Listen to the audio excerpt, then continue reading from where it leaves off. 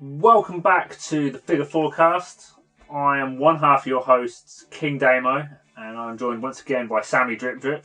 We're going to throw ourselves back a couple of weeks now and talk about Elimination Chamber. I won't say Money in the Bank. No, that'll be in the future. You'll be a time traveller, which I'll be pretty impressed about, to be fair. Elimination Chamber, what was it, 3 weeks ago now? 4 weeks ago? We've been a little bit busy. Yeah. We've been getting quite engrossed in the road to WrestleMania. Mm-hmm. But just before we run the intro, quickly, what were your thoughts? Give it a number out of 5. Number out of 5, I'd probably give it a 7. I'd give it a 7. 7 out of 5? Oh, so... that wasn't listening. Roll. let's just roll that intro.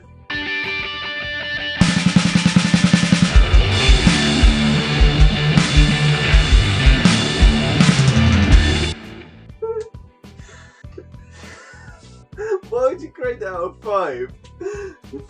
You grade I was thinking like out of stars. Oh my god. Oh, I'm so glad I said that now. I wondered why you looked so confused.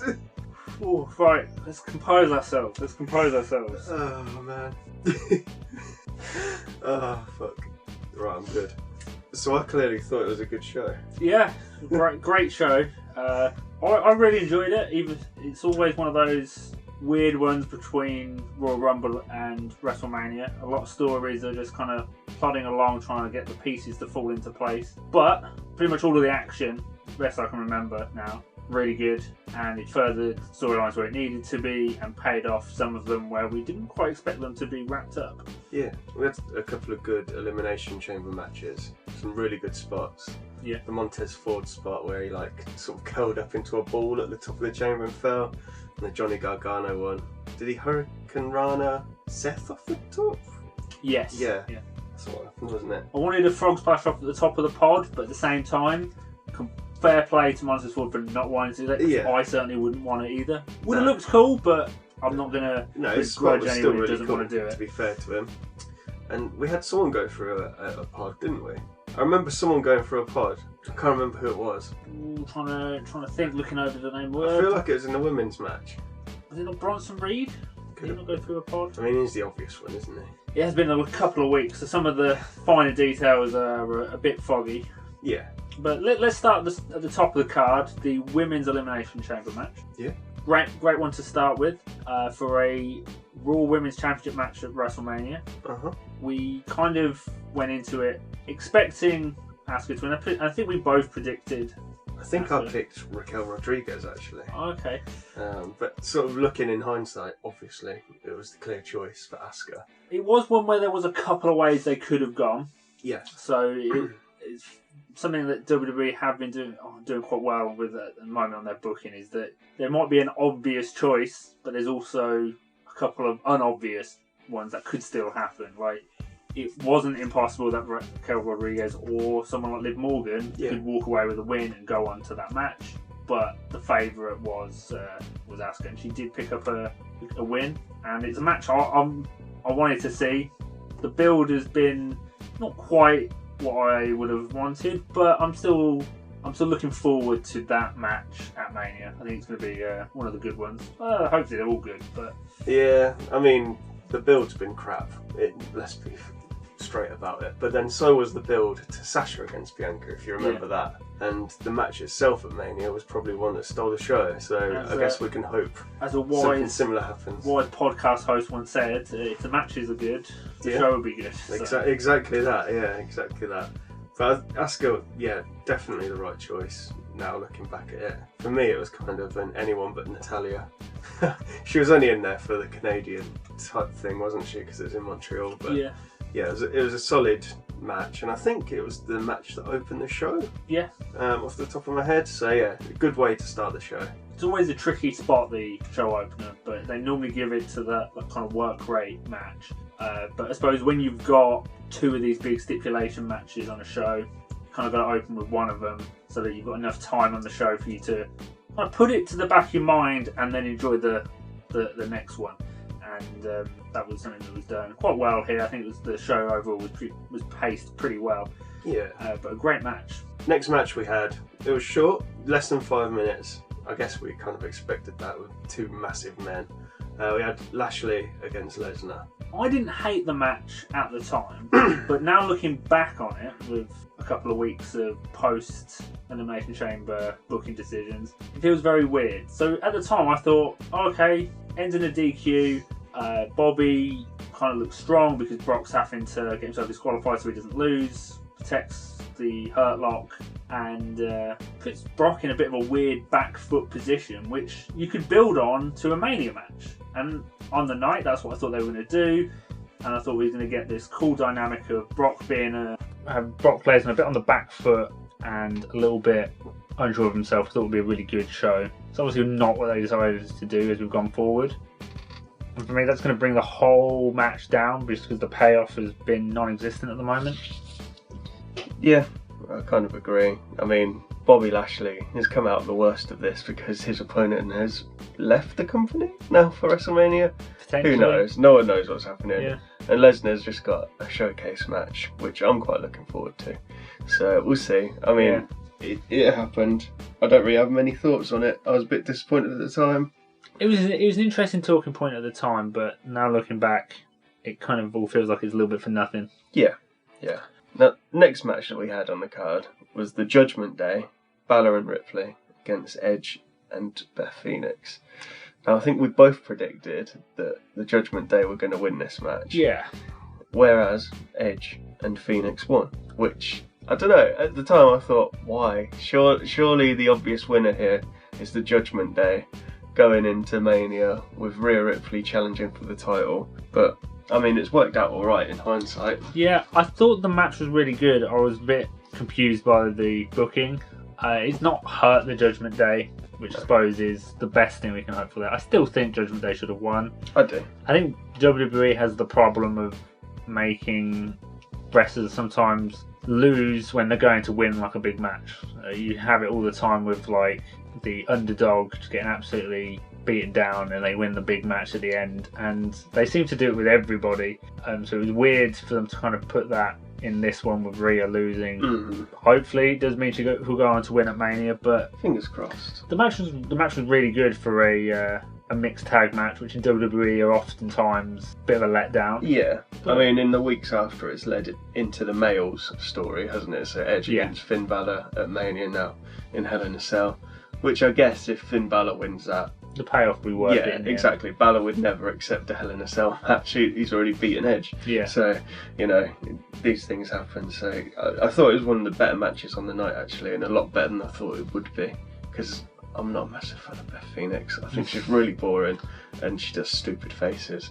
But yeah, her partnership on screen with Edge has led to some weird choices. Obviously, they've got chemistry because they're married, but it doesn't seem to translate very well into WWE's style. Really don't have good recent history of doing real life couples, because they did Seth Rollins and Becky, if you remember. Yeah, it didn't come across Corbin great. And Lacey Evans. It was terrible. It's almost like they were two strangers that hated each other. Yeah. Men's Elimination Chamber. Yeah. US title on the line. Austin Theory retained. We went into this and I said it's one of those matches where feasibly anyone could have won it. There was a storyline you could have pulled from any victor. Obviously, it all depends what they had going on behind the scenes, and we saw that play out because we now know the two matches they were building to was Seth Rollins and Logan Paul, and Austin Theory and John Cena. So two great matches for Mania. Yeah, two brilliant matches for Mania. Really big Mania matches, and this set that up well. Austin Theory put on a great performance. They all did. Yeah. But having it was the kind of injury scare to Montez Ford, wasn't it? And yeah, that was it. Allowing Logan Paul to come in, hit a couple of moves on Seth and cost him the title. Yeah. Perfect little bit of like heelish dickery. And it gives Austin Theory the confidence. He's just won Elimination Chamber, challenges John Cena to a match. Yeah. So, perfect booking, good match, some great spots like we mentioned earlier. It's definitely one of those where it's like you've got to let it play out. Yeah. Like at the time it might be like, why are you having that? But you let it play out a couple of weeks, you see where the piece is falling, and it all makes sense. Two of the better Elimination Chambers that I've seen in recent times, I think. They seem to be quite hit or miss at the moment, but They were both hits with this one. The triple finisher to eliminate Bronson Reed, which I did call. Yes, you did.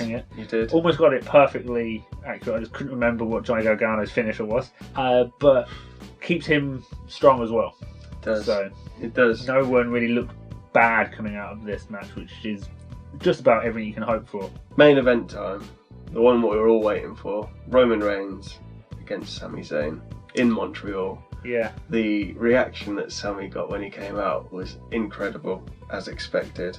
And it was a great match. It was. There was that little bit of belief that really started to build through it. They really sold it to you, didn't they? Like, you generally thought, oh, what if? And it was good while it lasted. It's not quite as much belief as there was for us in, or at least for me in Cardiff, but it's had that. I never believed. It had that same vibe of just maybe. Obviously, a little bit less being so close to Mania, but there was always that chance. And I think a lot of us were still hoping for the 2-night, 2 titles, or the triple threat at Mania, which unfortunately we're not getting. But as a pretty good consolation prize, we are getting Sami Zayn and Kevin Owens versus the Usos, by the look of things. Yeah, I mean, it was a great match, as I mentioned, and then we got the shenanigans kind of towards the end of the match, wasn't it? Yeah. Led into Sami being his own downfall in a way.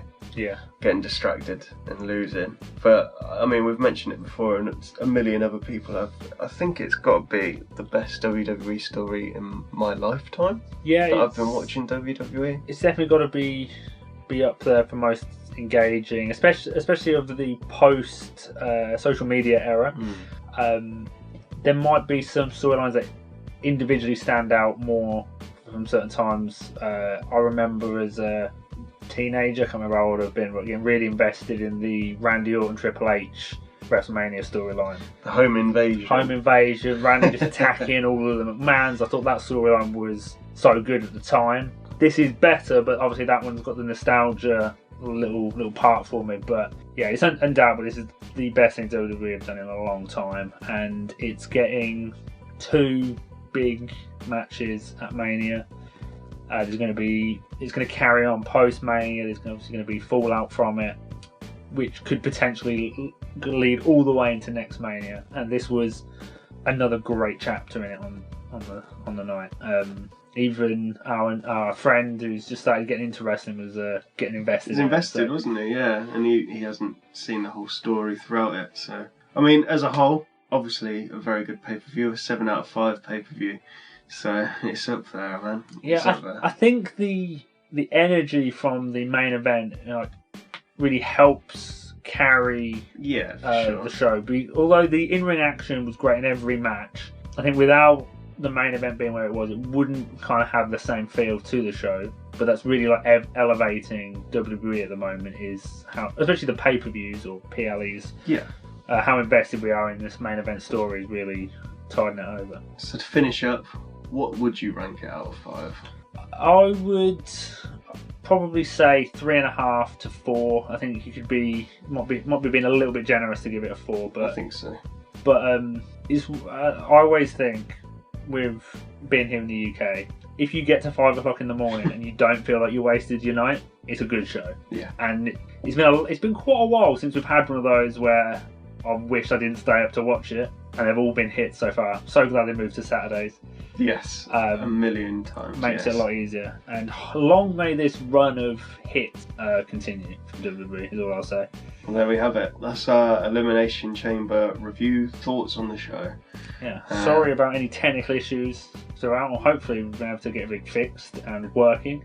And hopefully by the time we get round to our Mania shows, we'll have everything up and running smoothly again. Touch wood. But anyway, that's the show. On to WrestleMania and over to Damien with the socials. Thank you very much for listening, and apologies once again for any audio issues in this episode. To follow us, to keep up with everything Figure Forecast, you can follow us on Twitter at Figure4UK, on Facebook by searching the Figure Forecast, and on YouTube by searching Figure Forecast. Look forward to speaking to you soon.